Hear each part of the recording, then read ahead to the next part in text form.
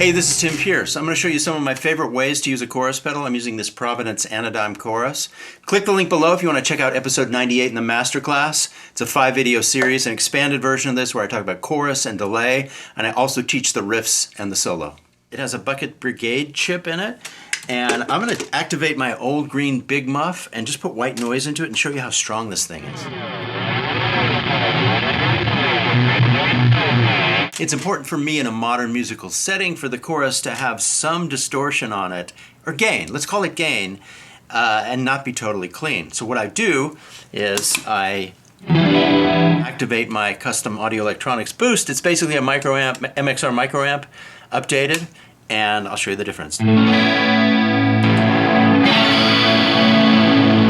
It's a great thing, it just explodes the front end of the amp, but you hear how the actual amp tone is not totally clean. That's on purpose.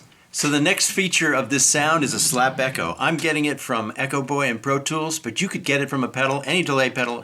Set it really short for a slab. I'll bypass to demonstrate the sound. Here it is off. Here it is on. You see what it does? It creates a hollowness.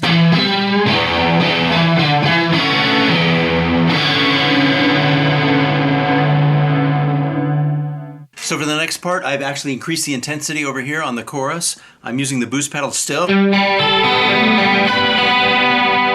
also sounds good if I turn it off and it's just the guitar and the amp.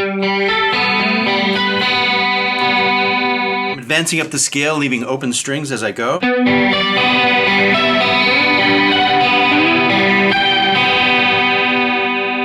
Then in Pro Tools, I have Echo Boy on again, but it's a different setting. I have it bypassed right now. Let me open it up. I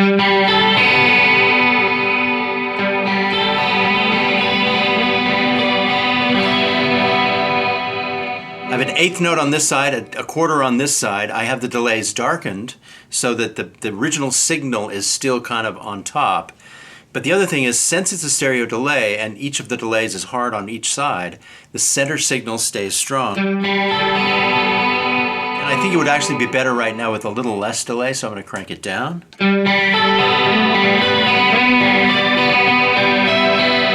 When using a delay like this, you don't want to steal too much size from the guitar, so I just found a spot I like better where I can hear the tone of the guitar pretty strong in the center, but it's floating on each side. You can hear the delays going like this. So I like this mix better.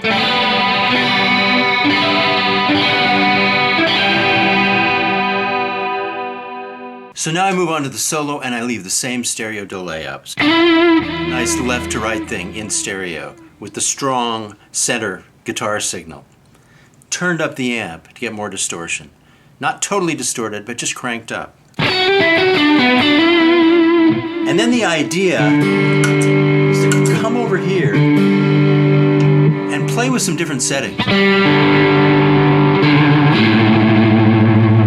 But it's very easy to push it too far. I want to go to the edge of what I would call musical and come right back. So I've gone too over the edge here.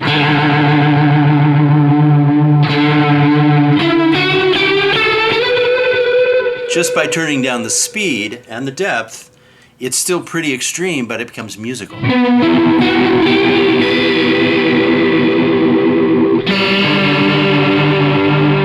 maybe not musical for chords like that, but for a solo, single note stuff.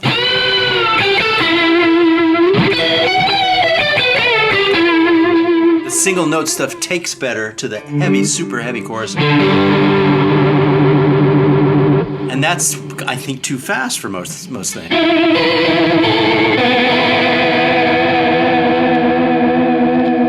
But bring it back to about 3/4. Musical.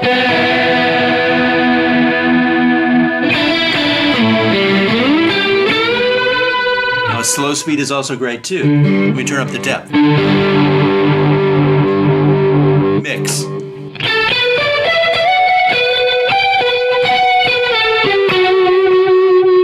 That's probably the one I would use. So it's just kind of a slow, kind of waves of chorus. I like to use chorusing for distorted sounds and soloing and arpeggios.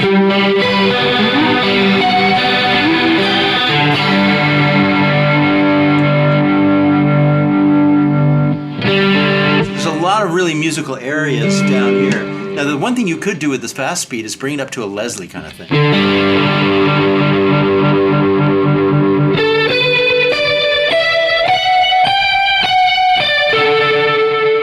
To me, that's kind of the edge of musicality with the speed control.